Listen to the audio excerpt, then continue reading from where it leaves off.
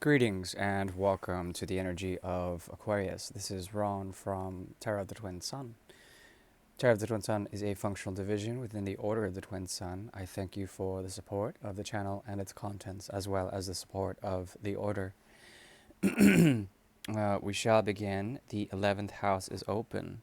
Okay, the 11th house is a very special house that leads from the 10th to the 12th. Okay, essentially, this is located in the nexus of the 7th to the 12th, which is having to do with the other.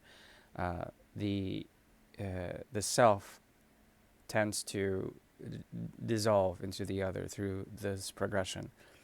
And from the 10th, we move from the house of karma, from structure, from society, as well as the externalization of the internal world into the outer, okay?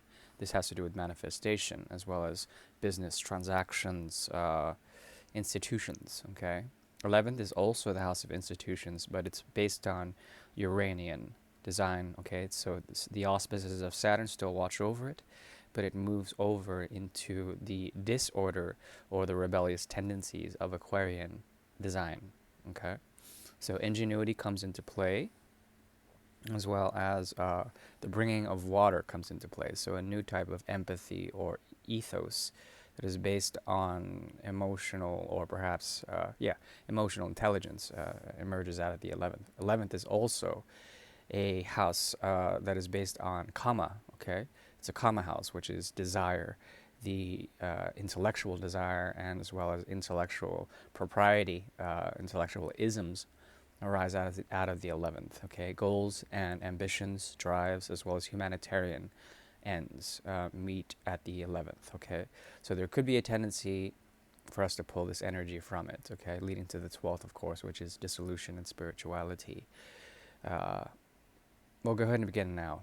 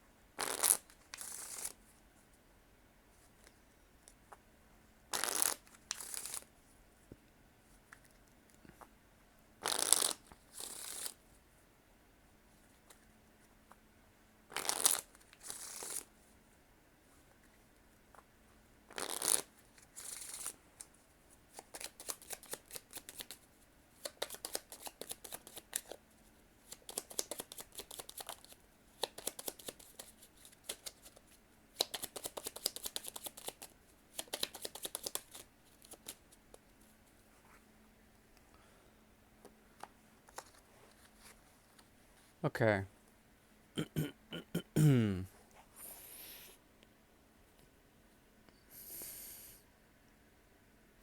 There is an imbalance here having to do with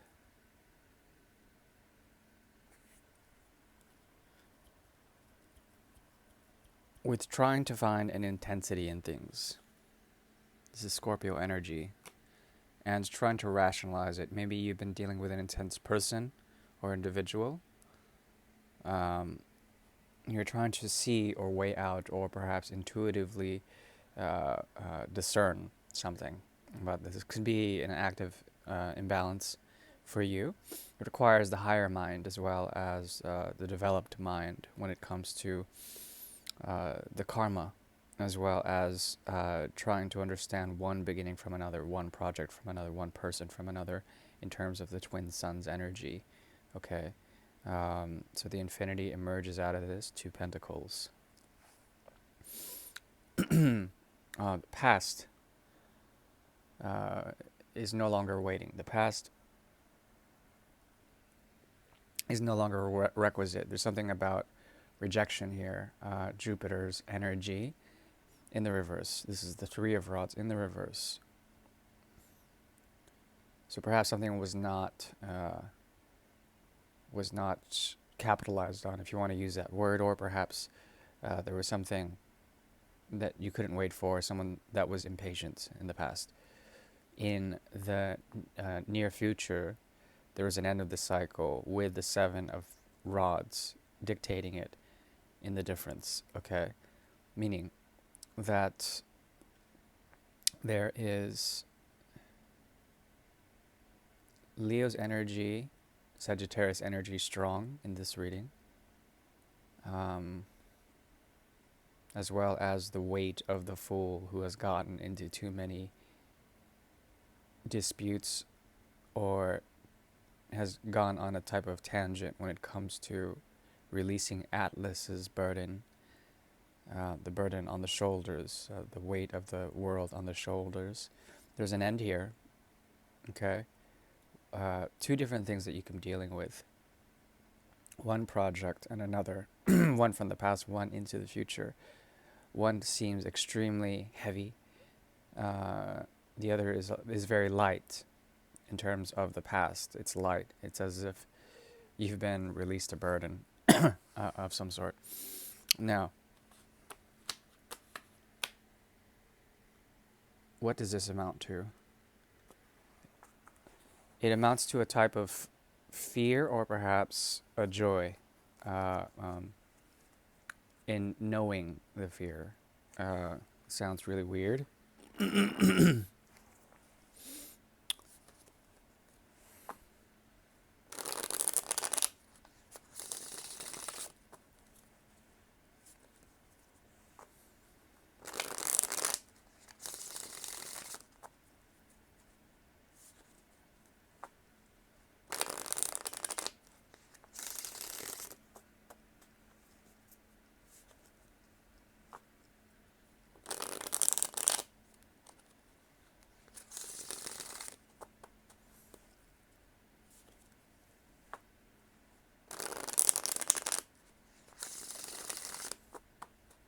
Hmm.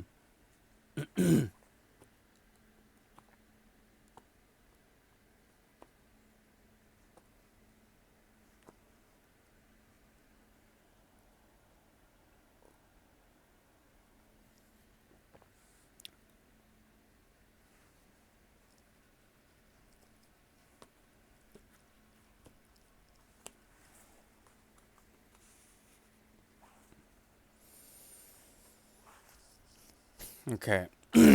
So the undercurrent of this reading so far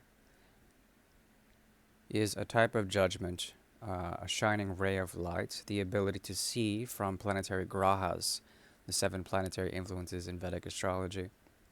Clear sight. There is a heralding, some sort of message from the heavens, and it comes as a ray of light, and it actually imparts into the energy of Aquarius clear sight, clairvoyance, clairaudience, being able to hear something, okay? So the descent of this message as well, descent of the lightning bolt that is seen within the tower, okay, is very clear.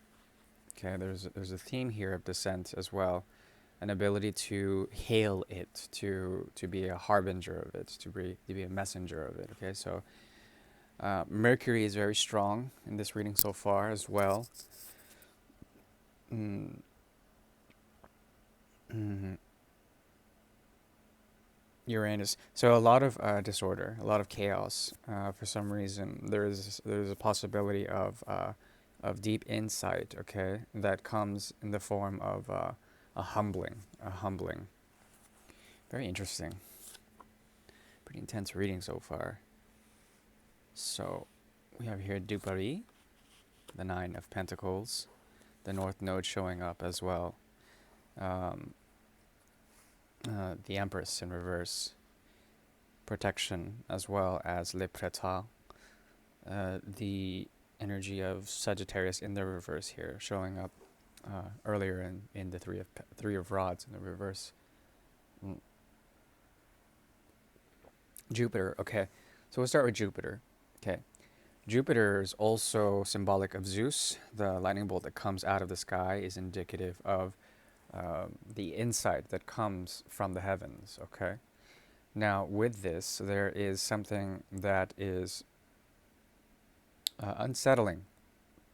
This connection sort of is a shocker for you, whatever or whomever you're dealing with. You may come to them as a type of shock as well.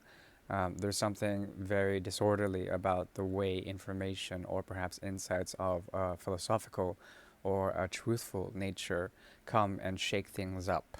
Okay, this could have to do with polyamory or something against the institution of monogamous design. There also is a possibility here of wanting to be to deny the auspices of Jupiter as well as Venus. Okay, so Jupiter has to do with the ninth house. It has to do with lessons and imparting messages, as well as book learning, ancient text, scriptures, knowledge that comes in that form, dogma even. You could appear to this person on a very deep level as someone who's extremely dogmatic or tied to their philosophical ideas or claims. Okay. There also is something here about the birth of Venus being denied from the head of Jupiter, if I'm not mistaken. Uh, so with this, there is something about hidden information, not imparting the lessons through the ninth as well as the seventh and the second house. Okay, this has to do with others' resources, or perhaps others' resources. That's how I'm reading it. Also, the energy of Libra. Okay, so not being able to be the other, not being able to grace someone with the regality of the Empress. The 69 also shows up here with Duperie, Effet, and Duperie. There's something about this connection that is proving to be delusional in some respect. The mind becomes warped with the desires of the dragon's head. Okay? And with Duperie, there's an artificial quality to the nurture aspect of it. And with the Nine of Pentacles in reverse, it's imbalancing, at least on the level of health as well as the level of wealth. And there's something about you that needs to tend to that, okay, in your own auspices. There's something that is denying the path of alchemy as well. There's something blocked in the throat chakra when it comes to relaying this to another. There's a preventing of that because of karmic sort of repercussions that may come out of it, okay? Out of the throat, out of the mouth as well. Okay, interesting. Because both of you are mirroring Cancer's energy, okay? There's a feeling of dissension and dupery, which is either duplication through multiplication or perhaps spuriousness. There's a dupe to be had here. Perhaps both of you are playing a game in terms of desires and ambitions that are ruling strong within the fourth house, okay? The fourth house has to do with the emotional realm, okay? It has to do with the potential of all of that, and perhaps this person is seeding something from you in order to do what? Two of Pentacles would be the wheels. Here, 2, -2, 2 desires. It would be the 7 of Pentacles. Okay, so there is a realm here of unfinished business. Why? Okay, because the Wheel of Fortune is in the reverse here. Something of a turn of fortunes or a sort of fate of unfortunate degree has emerged out of this, and perhaps there's a changing or switching of power within this. The Wheel of Fortune emerges and can be used to essentially move away. But as you can see here in the energy of Cancer, here in the Chariot, the Golden Chariot is drawn by 2 horses. One horse is looking back, not controlled. Okay, the other horse is moving forward. So there is a type of dissension or disparity between 2 minds that this person may have. I also see here Ashwini Nakshatra, the 2 horses, the Ashwini Kumars. Something very healing about this person. Okay, with the Golden Chariot, there's something very healing about this person, meaning that they have to heal, or there's something about them that is on the quest for healing, but they are not able to focus, okay? because one horse is wanting to come back this way, the other horse is moving away. There also is a realm of augmentation. Essentially, both of you have a degree of ambition, as well as have the sort of wheels of design pushing into the forward motion of either social recognition, okay, or some form of gain within society. And perhaps that's the unfortunate thing.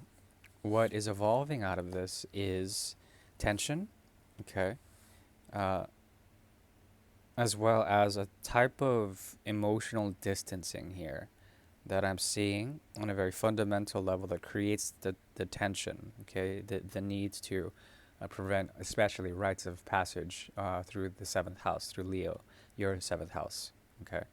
Um, so much fixed, it's very fixed energy. It's wanting to. There's an urge to be mutable, but it's not happening. There's a lot of distance that I'm feeling, at least to protect the emotional reservoirs on each side. Um, there also is a possibility of this connection essentially uh, becoming or taking a rustic or antiquated way or design in terms of what is expected.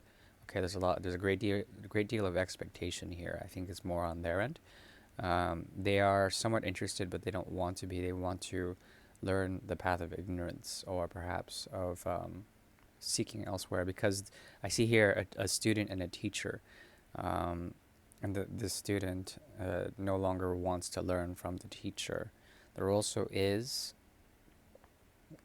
something about a connection that is primarily distant in terms of communication, but at the same time, once again, there's this sort of corrosive quality around what is expected. Like the expectations are too great.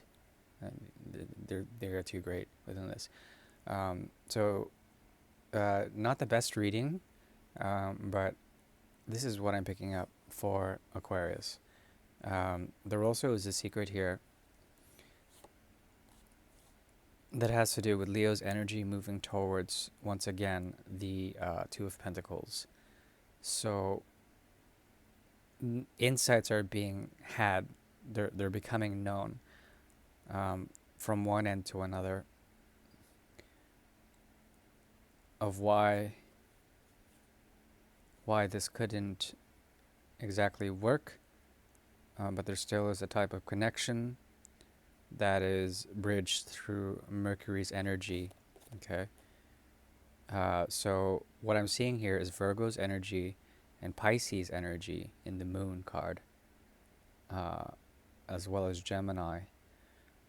There is here a strong need to be mutable, to change or shift the head of Leo to point to something that is greater, okay? Something that is still within the realm of expectation, but can be executed in the future, okay? This talks about vision, especially with the Queen of Rods, vision coming and materializing that with the Two of Pentacles in reverse, which is very strange. The Two of Cups behind it, okay? Whatever that means. That is what I see.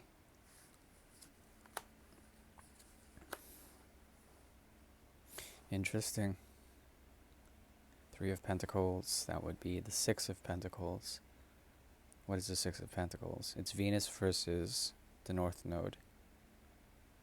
With this, be the Six of Pentacles. Once again, Mercury's energy coming in strong. Also Taurus.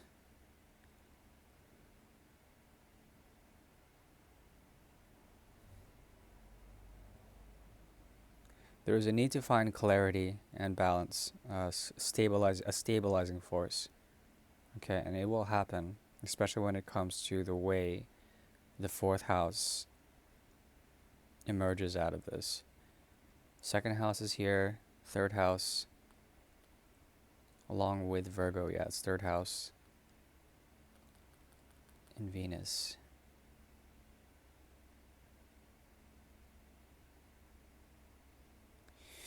So there's a strong desire to act in a noble way and with clarity, okay? But the difficulty is that there needs to be a proper maturity in what is seen as ugly uh, within the situation may find the realm of light, okay? So that is what I see for the energy of Aquarius. I do thank you for tuning in. Please hit that like if you like. Leave your comments. And I do thank you. If you would like a private reading, I can be made available. I do thank you. Bye.